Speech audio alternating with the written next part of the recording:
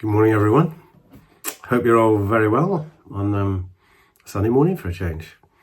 So anyway, just before we get to the main event for the vlog, which is about this bike fit, I just wanted to take the opportunity to thank everybody for your quite incredible support over the last, 6 months. Since I've been on this chemo journey, and now able to hopefully start focusing on my Ironman journey. So I just wanted to reinforce that every time people do anything or say anything, it's difficult to put in words, and I can feel myself getting a bit emotional, but I just want people to understand just how fantastic it makes me feel that you're all out there and you've got my back. So thank you very much. I can feel myself blushing out of embarrassment now, so I better move on. So now that I've finished the chemo and I'm moving on to the Ironman part, I have launched a JustGiving page, and obviously to help Prostate Cancer UK raise funds for this deadly disease. So here's a screenshot, and if you just type in Prostate Cancer Ironman, all one word or 3 words, then my page will come up. And interesting, you'll see beside it is Katie's lovely friend Lily Jackson has also got a Prostate Cancer Ironman fundraising page, because that lovely girl is going to run the Paris Marathon to raise funds for me in April. So Sarah and I will be hot-footing over to Paris to cheer her on. So Lily, if you're watching, you're a superstar. So as I said, that's the JustGiving page, and I'd be terribly grateful if you could add some pennies to my JustGiving page to help raise funds to allow Prostate Cancer UK to continue to try and find cures for this deadly silent disease. So in advance, thanks very much. So right, I'm off in the car to Doddington Hall, and I'll catch up with you there. See you later, and thanks again, everyone. You're all bloody wonderful. Bye-bye. So, quite an exciting day as we've moved from the chemo element onto my Ironman training. So today I'm off for a bike fit with my mate Andy. So we've just arrived, or I've just arrived at Doddington Hall, which is just west of Lincoln, and Giant have a store here. So I'll hop out the car because Doddington Hall is actually quite famous. So I'll just give you a little bit of a screenshot of the lovely building, and then we'll head off to the Giant store. See you in a minute. So here we are at Doddington Hall. Beautiful place. And so through here you can see the house. For those of you who are interested, it was built in 1595, so that's Elizabeth I's reign, by one of the most prominent architects of the time, Robert Smythson. So it was finished in 1600, and for the 425 years since, it's never been sold, emptied, changed. And there's still a family who live and run the Doddington estate ever since. So we're going to head over there. If you want to come and visit here, it's very nice walk around, bring your dogs. And there's also a very nice country store there you can see if you like that type of thing. All right, let's move in. Well, I've got to say, there's a very nice location for a bike store. So I assume these were all farm buildings, etc. But they've all been converted into commercial premises, of which down here is the Giant store. Ooh, that's staff only there. It's a while since I've been here. There you go, look, you can see the brand in the wood. And here we are, the Giant store, Doddington Hall. Right, I shall see you inside. Andy. Morning. Morning. Morning. All right. He is here for his bike fit. It's an amazing store, everyone. Amazing place. I'll just take you quickly upstairs. That's it. Anyone who loves bikes is Bike City. If you want to go full TT, I'm not sure I'm going to do this. Be about 12 grand, I think, by the time you got kitted up with those. But we'll see. Maybe go for a Propel. These are going to be way too expensive. Very nice. Right, let's go down and see Andy.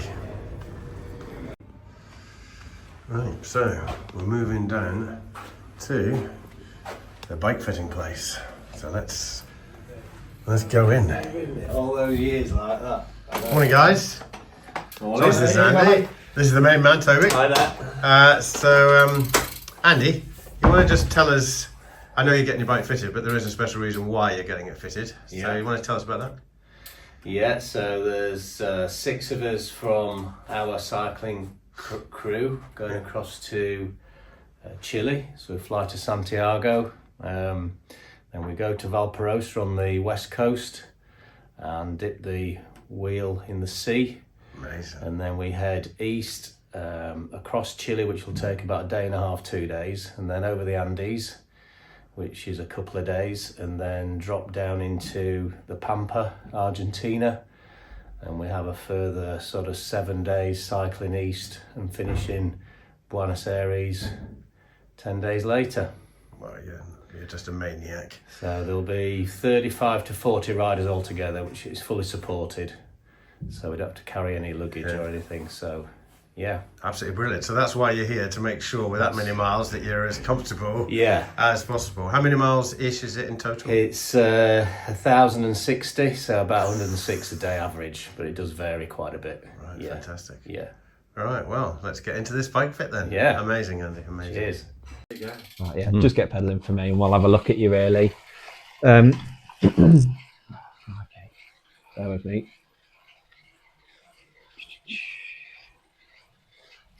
So, you haven't filled it in. Is there any kind of discomfort or issues that we're looking at on the bike? Not really. Not really. I just want to make sure that it's as efficient as it can be. Okay. Okay. Yeah. So I'm not sure if the seat height's a little bit too high. It feels okay for me. Right. Okay. But I just want to make sure. Yeah. I'll tell you what. Do you want to come round and keep pedaling for me, Andy? Just video. Because I'm going to show it back to him. So, seeing as you got your phone on me. Yeah. So what we're looking at now is the way he's pedaling. It'd be quite cool, actually. You might, if you could do a slow-mo. But what we're looking at basically is a smooth action of the knee. Yep. So making sure that we've got consistent movement of the knee all the way through the pedal stroke. Yep. And then also we're looking at the heel, and the foot is a really good point to look at when you're trying to work on efficiency. Because what we want the foot to do is essentially move consistently all the way through the pedal stroke and as smooth as possible. Yep. So if we look at him now, we're not going to kind of mention anything now, but what we can do is use this. If you're all right, I'm using you as a tool here. Yeah. If you're all right, we'll use this video here for now, and we can kind of see how he's looking now. And then afterwards, we can go back and compare. And there's a lot of comparison here. You know, we'll set him up on our jig over there, and then we'll come back and go, jump on your bike. How does that feel? And hopefully you go, oh, Yeah. not good. Yeah. And we set your bike up, we'll get you back on it again, and you go, oh yeah, this feels much better. Yeah. Yeah, so this is before. This is before, well, yeah, this is before, yeah. So you can get a good idea there. Also from the front as well. And they're looking at, have you ever had any injuries or anything like that? Yeah. Recently. Go on. Had a mountain bike accident, and I did a serious groin and hip flexor strain, Right, which okay. took about 8 weeks. Which side? This side. So if you look at him now, sorry, we're using the cam. I'm taking over your vlog and just using it as a. But if you look at his shoulders, I'll show you, Alistair. Yeah. Can you see how he's dipping down on the right? Yeah. And that's because he's much tighter on the right hand side. Yeah. So his legs are pulling over. His legs are basically pulling him over on the right. And if you look at his hips as well, it's a bit trickier to see from the front. When we get him on the jig, we might be able to see better. Or look in the mirror, you can see how his left hip is dropped. So his right hip is dropped. Yeah. Our left is right. Yeah. And you can see how it's dropped and it's pulling him over. Yeah. That's why I asked, you see. Yeah. Because you can see he's just quite twisted on the bike. And you can also just look at his elbows. So I'm pointing at you, using you as a mannequin, but you can see how much more bent he is in the right elbow and locked out in the left. Yeah. Okay. We're looking at the shoe fit, okay? So there's 3 things we're looking at. We're looking at the length of the shoe. So feeling where his toes are essentially in the shoe, because that's going to help determine where the ball of your foot is. Now, in a minute, we will stick a sticker on and look at the ball of your foot. But essentially, what we're looking for is finding the toe, finding the ball of your foot, and then looking at the widest part of the shoe. If you just stand up for me. Yeah. Wiggle your toes again.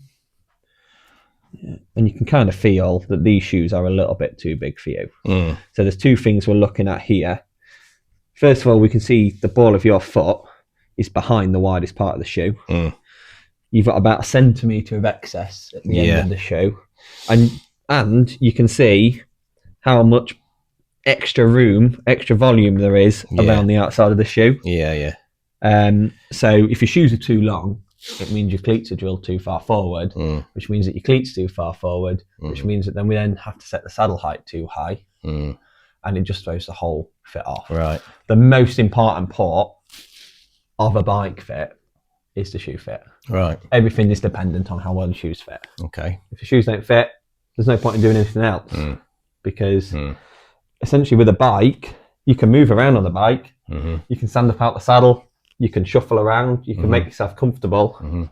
Can't do anything with your shoes, can you? They're fixed and locked in into the pedals. So you need to make sure they're all right. Yeah. If you jump back on, pop the shoes off. So what we're looking at is the wear in your soles.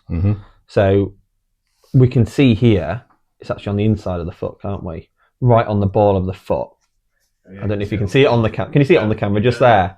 And that, obviously, the only reason that's happening, we can be fairly sure it's not moving backwards and forwards because your heel's been locked in, but your foot is twisted in the shoe. Okay. You've got to think, every time you're pedaling, if your foot's twisting, you're putting effort in to just keep your foot still, whereas the shoe should just be locking your foot in. Now, there's 2 things you can do to solve that. Shoes. Get your shoes to fit you properly. Like we said, around the ball of your foot, we could see a lot of excess, so that's going to increase the movement. And B, get some custom insoles put in, because the custom insoles do a hell of a lot.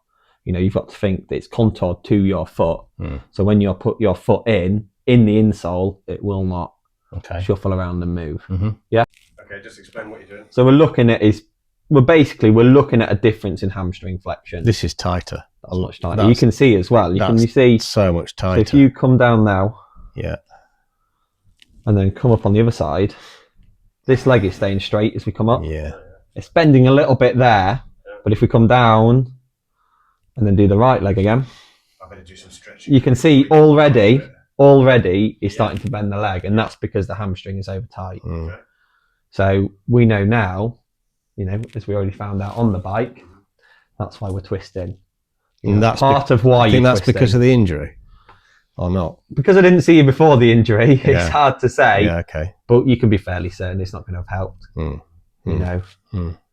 All right, and then this time, bend your knee up to 90 degrees for me, like this. So now we're looking at hip flexion. So if we twist your heel out, and then in, and then out, and then I'll let you do it. So as far out as you can go, and as far in as you can go. Cool. And then swap legs for me. Do the same with that one. Not very far with that at all. Yeah. Again, this is going to be down to that. Could be down to the crash, or was the injury so severe because you're already tight before the crash? You know, it's hard to say, isn't it? Is it one or the other? Rider error, the reason. Yeah. And then keep your left leg straight and lift it up as far as you can. So try and keep it straight for me. And then your right leg. So now we're looking at essentially how strong his hamstrings are. And you can see he's fairly even between the two. We're not testing how strong you are or how flexible you are. We are testing how much difference there is between the left and the right. That's what we're looking for. And then again with the left. Yeah, and then again with the right. And you can see how he's twisting so much. You probably put down to a little bit of lack of strength in the hamstring. And we do need to take that into account when we're setting up the bike. All right, and then you can jump off now, Andy. Nearly done. So what I want you to do is find the front of your pelvis. So stand facing the front for me so I can see side on. Front of the pelvis, and then find the back of the pelvis as well for me. And what we're looking at is basically the difference in height between the two. Is the pelvis rolled forward? Is it level? Is it twisted back? You can tell he's been riding a bike and been fairly active, because most people who ride bikes, the pelvis tilts forward a little bit, and yours is tilted forward a bit. And that helps us then decide on which saddle will suit you best, and gives us an expectation of how we want you to sit on the bike. And then what I want you to do is just stand and relax for me, and then just let yourself roll forward. Don't force it, just relax yourself. And again, we're just looking at how the pelvis moves when he rolls forward, and at the natural shape of his back. Now, unfortunately, we lost the audio at this part, so I'm now Toby. So having had a look at his, focusing on his shoes, we went over to this machine to have a look at Andy's foot arch, which you can see is the sort of darker area there. The pink area is where his pressure points are.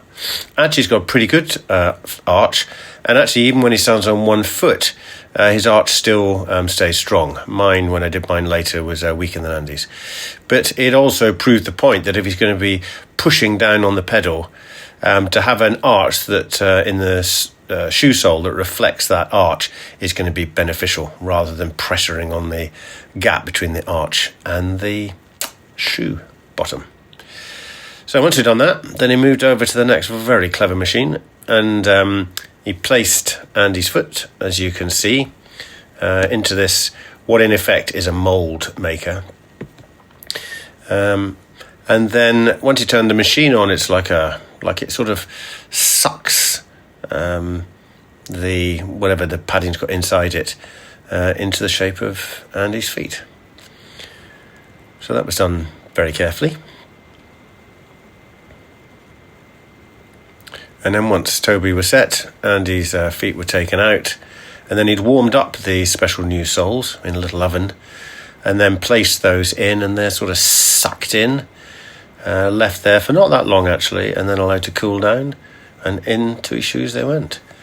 So that then allowed at last for Andy to get on this incredible giant machine, which basically goes up, down, forwards, backwards of everything.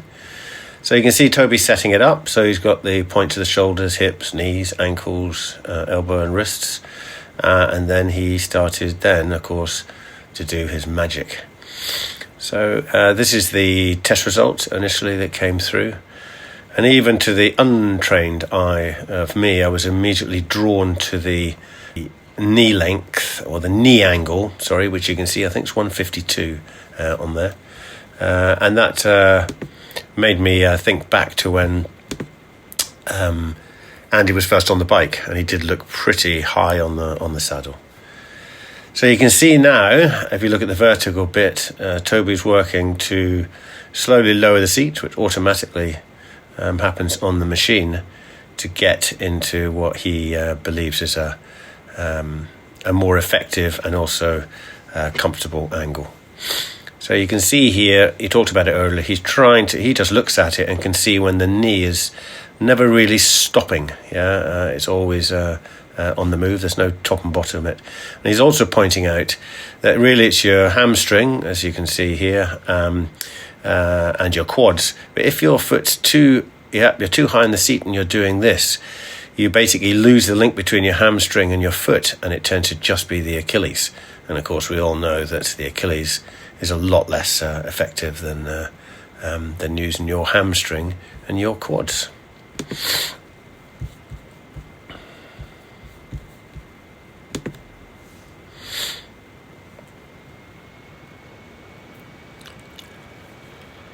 So he's back on the machine, just again looking at the new set, and then he and you can see now that the knee angle's down into the 140s.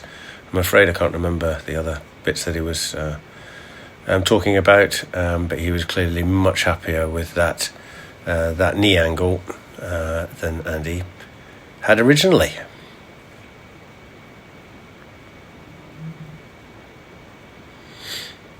So here's Andy's back on, and he was then happy with this, and then he was looking at the handlebar position.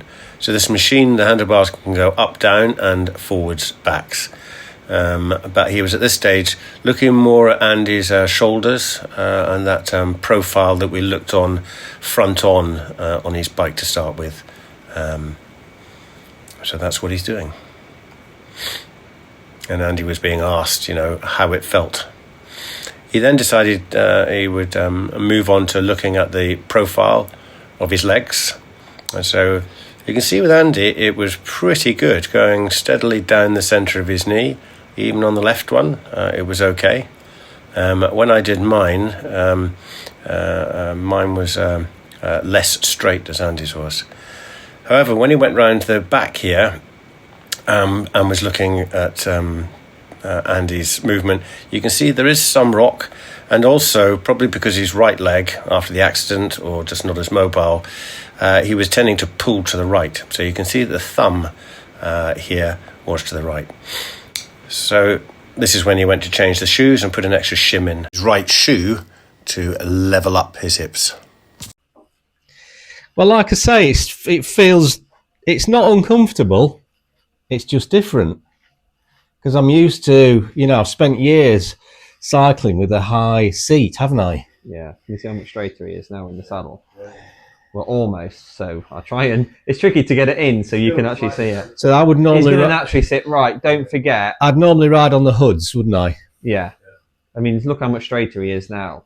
Because before, we were about there, weren't we? Now we are so much straighter. You do have to take into account that naturally he's going to want to sit to the right of the saddle. There's a lot going on with the body and a lot of changes and sensations. Yeah. And the key thing... It does feel different, but it's not uncomfortable. That's good. It just feels like my legs aren't extending like they should be, but I mean, I guess that's straight. That's maximum, isn't it? We've already kind of looked. Yeah.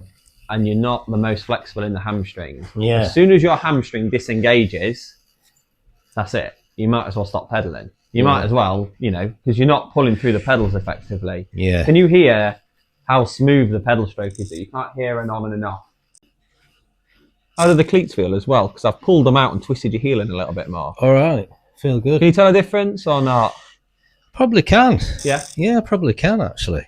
Don't be afraid to say no. The insoles feel nicer. Yeah, you get used to them. Yeah, they do feel Can you feel nicer. any nipping in the insole? Or... I can just feel it under the ball of my foot, but it's not uncomfortable. No. That's probably a good thing. Yeah. If in the first, if you do go out and it doesn't feel right, do not be afraid to come back and say, this don't feel right, because I can just reheat them and redo it. Okay. We can redo it. Yeah.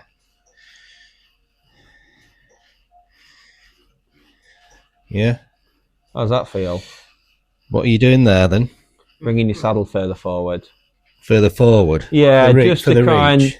Yeah, the further forward we come, the less stretch we put on the hamstring, basically. So by bringing you a little bit further forward and more looking at the right leg than the left leg, we're just bringing you further forward, just essentially to create a bit more foot stability through the pedal stroke. Yeah.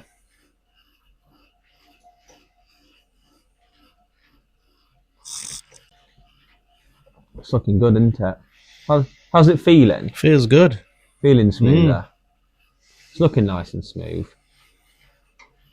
How does the saddle feel? All right. Yeah, it's further forward and it feels tilted forward. feels. Yeah, I think probably not very interesting for the video, but can you see now how you can just see his shoulder blades pushing out the back of his shoulders here? Oh, yeah. So that would suggest that his shoulders are pushing back and up in. We just want to relax the shoulder a bit. If we think back to before and you were reaching out, you're rolling the shoulders to reach for the bars.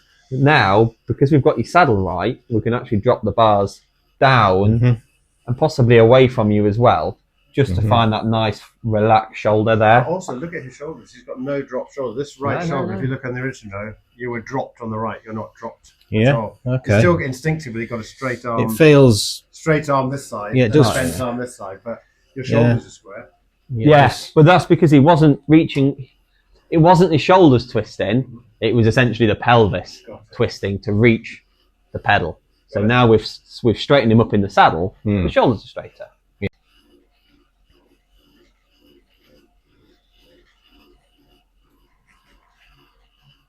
How does that feel? So now we're going forward. Yeah. Better, worse, no different? What have you done there then? I moved it forward. Yeah. The reach. Yeah. So now we can start seeing that we're overstretching. We're overstretching there. Yeah, So definitely. actually, where we were, you see the shoulder elbows just relax them. That's a huge difference. How does that feel? Yeah, that's better. It's looking really nice, that.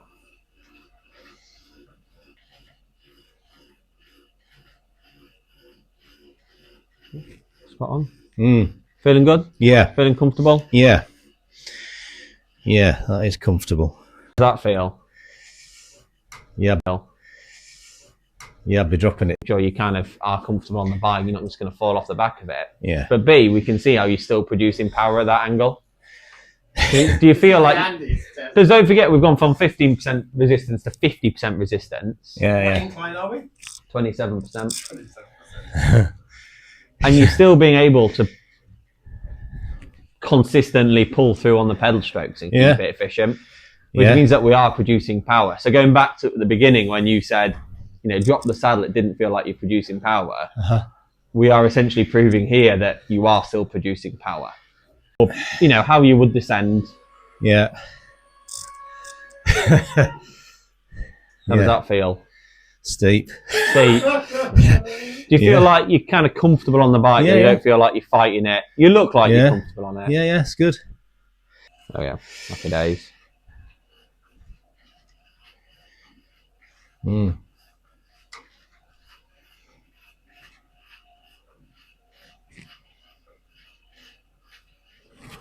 Jump off them. We're going to find this setup. Feeling good? We will. Is that the original? Back to the original. That's how it was with that saddle. Great. This has been put as the same as when you walked in. Yeah.